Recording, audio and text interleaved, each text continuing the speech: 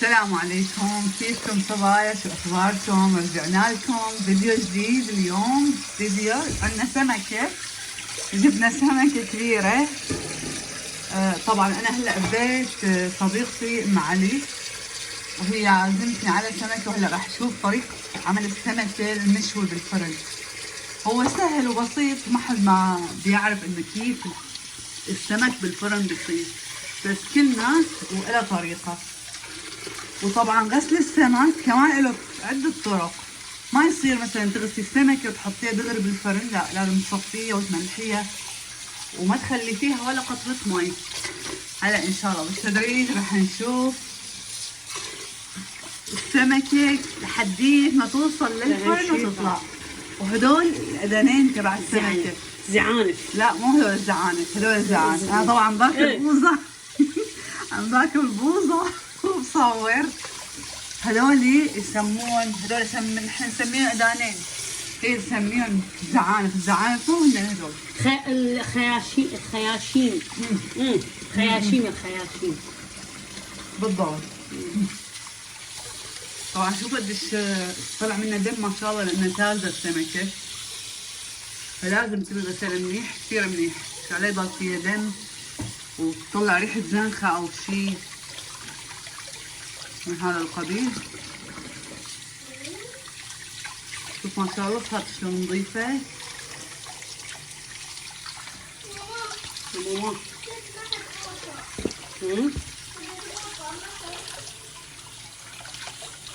هاي نوع السمك نسميه نحن كرب، هن بالعراق ما اعرف شو بيسموه. سازان بالعراق سمتي، مال البحيرة سنتي يسموه، بالتركي يسموه سازان. بالله اللي بيه هيك شوي، خلي اشوف شكله ما مبين. هذا الشكل سمكة، شوف ما شاء الله كبيرة.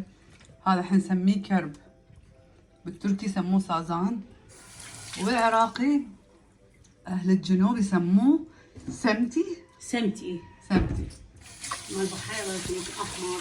هذا بالتدريج لحديت ما نوصل للنهاية.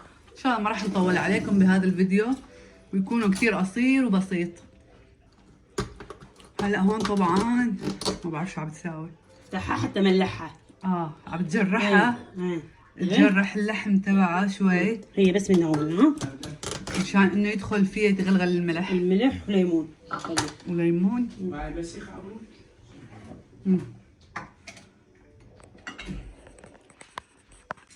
هلا هون يحط الملح.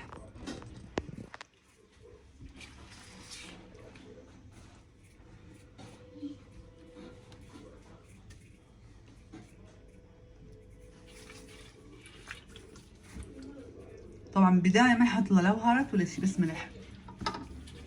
بس في خلطة اثناء الشوي، يعني هي من تستوي في خلطة بيحطوا لها اياها هن العراقيين، وبيخلوها بعدين بالفرن بعد ما بتستوي 10 دقائق، وبعدين بيطالعوها. كثير طيبة. هلا بنشوف الخلطة مع بعض.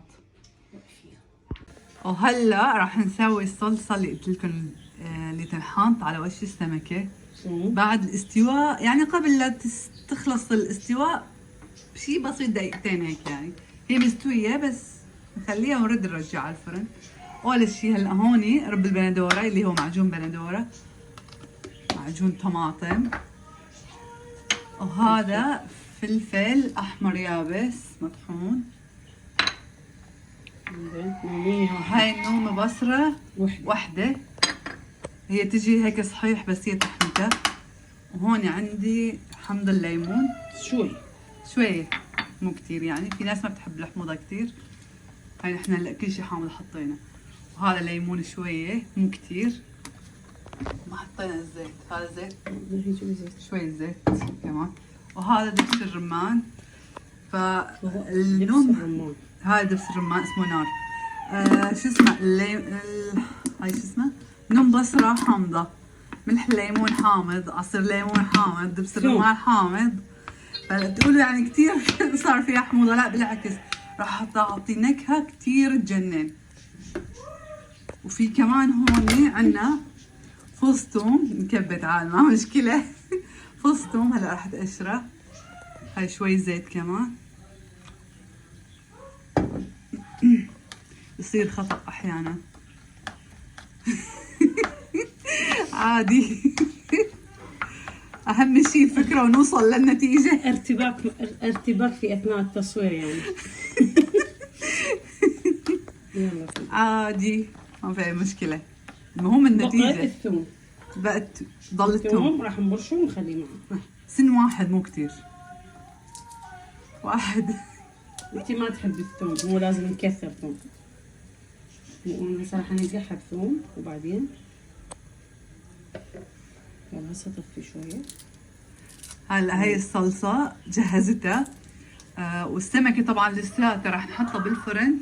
قلت لكم بس تستوي راح نخلي هاي الصلصة على وشها ونرد نرجعها كمان على الفرن ونخليها يعني بالفرن شغلة 10 دقايق وبعدين طالعة، يعني هيك بس تاخذ لون الصلصة، تاخذ شوي لون مثل ما نقول تأميرة يعني.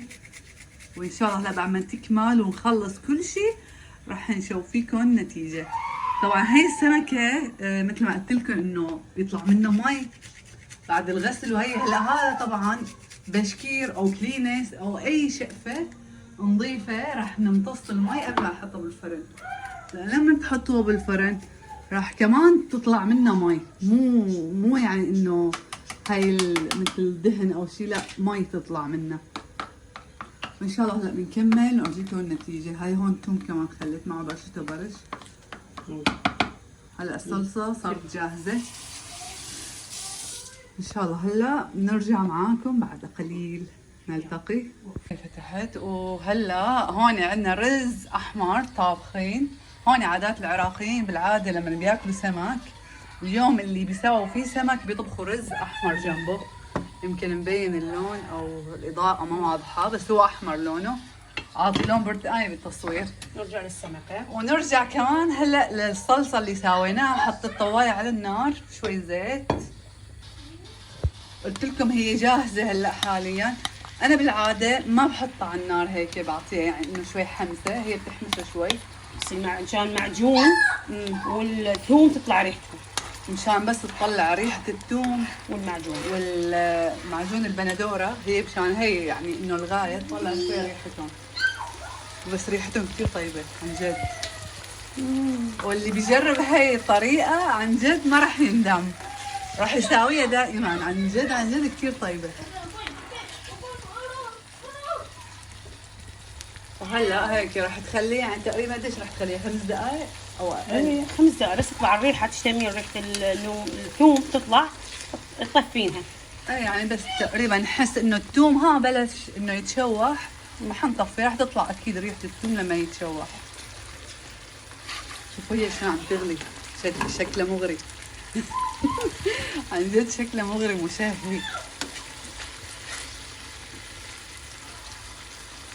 طبعا هاي الطريقة تعلمتها من وحدة صديقتنا اسمها عذراء يوتيوبارة بالأصح يعني. يوتيوبرية يعني. يوتيوبرية يعني هي علمتنا على هاي الطريقة. احنا كنا نسويها بس ما كنا نسويها هيك، بس هي على طريقتها فتعودت. صار سنين يعني بتركيا انا وياها نسوي هاي الطريقة. انا لا انا لايك العذراء تمام. لايك العذراء ولايك لي كمان معه. لايك العذراء ولايك القناة تصير له. لا تنسونا طبعا بالاشتراكات واللايكات ووجودكم يعني عن جد. ولما كل يوم عن يوم انه عم شوف الناس عم بتزيد والمتابعين عم بتزيد كثير عم بفرح. ويا ريت يا ربي الله يتمم الفرحة على الكل وعلي. شوية تضيفوا مي شوية، وهلا شوية مي راح تخلي شوية مي على مود المعجون ما يسوي. هو طبعا يعني هي العراق كبيرة، كل منطقة عن منطقة بتختلف الطريقة وكل محافظة عن محافظة تختلف الطريقة. نحن زوجي من بغداد، احنا ببغداد ما هيك بنساويها. نحن بنخليها على البارد ما بنحمسها بهي الطريقة. والسمكة طبعا بالفرن مثل ما قلت لكم هي بالفرن حاليا عم ننتظر انها تستوي.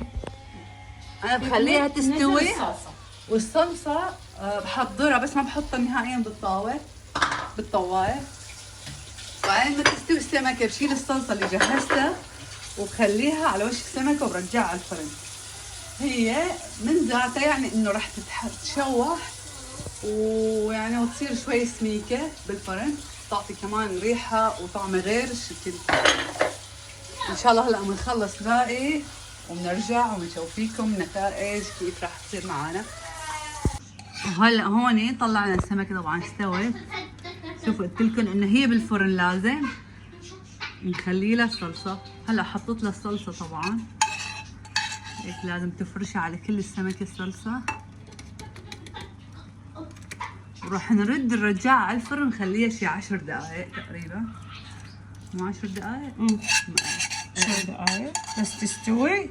هي مستوية بس هسه على مود الصلصة، بس مشان زايد. الصلصة انه شوية ايه تتشبع بيها زايد تتغلغل فيها اكثر. وبالعافية. والف عافية مقدما على قلبنا طبعا. يلا سويها. شوف شكلها حبايبي. وهلا السمكة هي بعد ما طلعت من الفرن نشوفها شلون صارت. انتم شايفينها سودا شوية، هي مو سواد، هذا النوم بصرة والمعجون طبعا. وهلا هون سفرتنا صارت جاهزة والف صحة وهنا. وعاشت ايد ام علي، سلم ايديها يعني بالسوري. بس هذا اللبن ما فهمت انا شو قصته جنب السمك. انتم بدولتكم كمان تاكلوا لبن جنب السمك؟